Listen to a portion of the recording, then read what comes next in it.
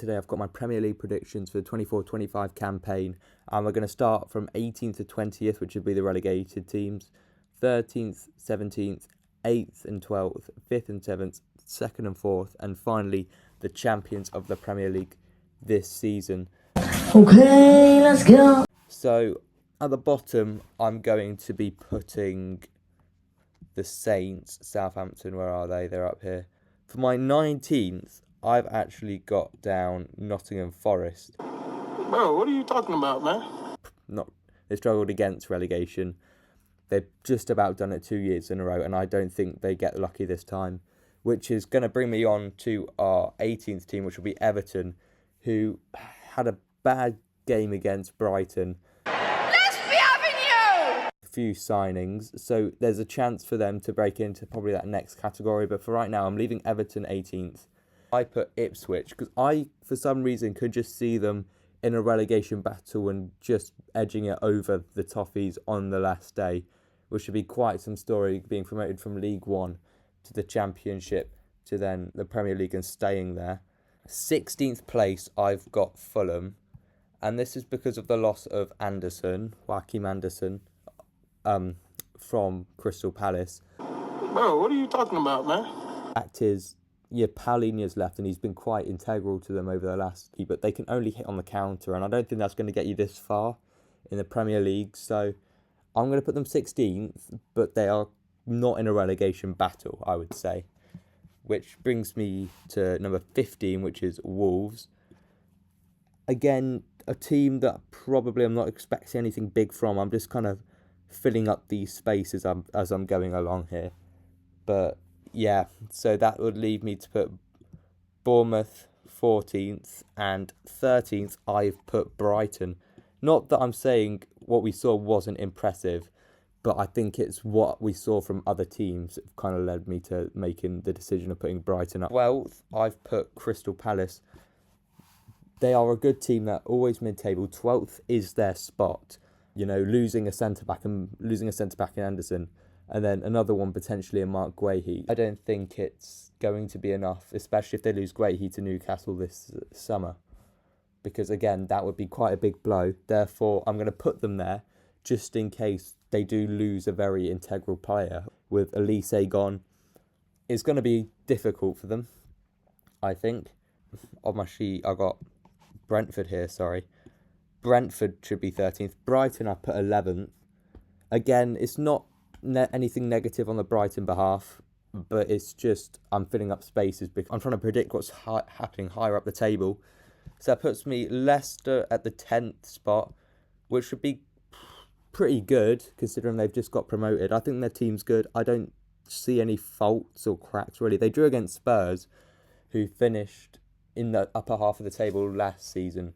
So if they can, it's not always necessarily about beating the bigger teams, but it's also about beating the teams around you, which are going to be very crucial. And I don't think Leicester's one of those teams that will unpredictably lose one of those games. I think if they remain strong in winning against the teams that they know they can win against, they will definitely make it further up the table.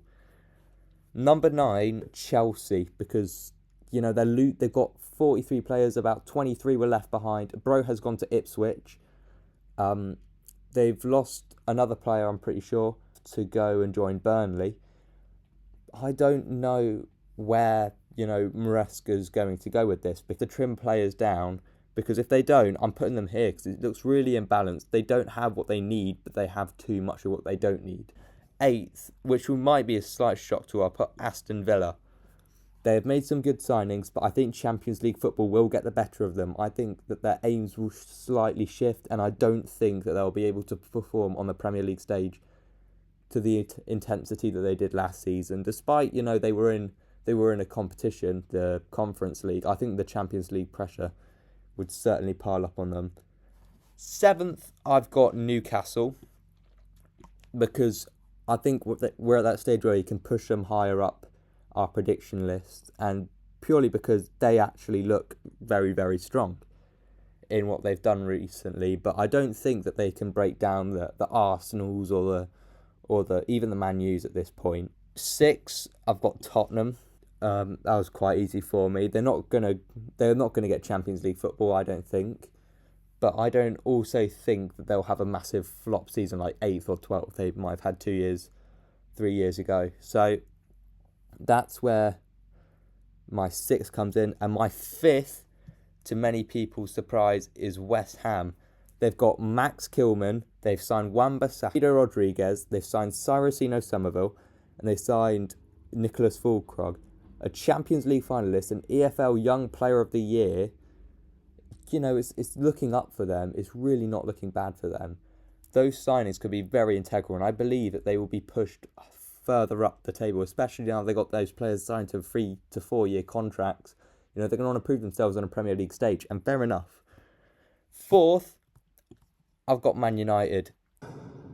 They've signed Xerxes, De Ligt, Matsraoui, Lenny Yoro. No, that's not it.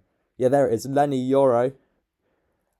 And, you know, their first game might have been a little bit lucky. But 3rd, I'm putting Liverpool, because I've not seen anything from Slot that I quite enjoy. You know, no players, no new signings.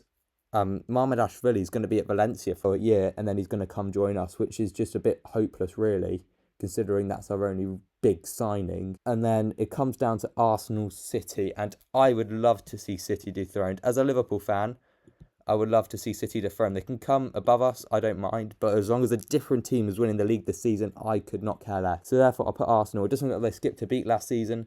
I know Man City did recently re-sign Gundogan, but that's just it. I think that Arsenal will win the Premier League this season. As a Liverpool fan, completely unbiased, I hope someone else wins it. 4 years has been too long, and we need a new winner. So thanks, guys, for watching. Please do drop a like and subscribe if you did enjoy that video, and I'll see you next time. Bye.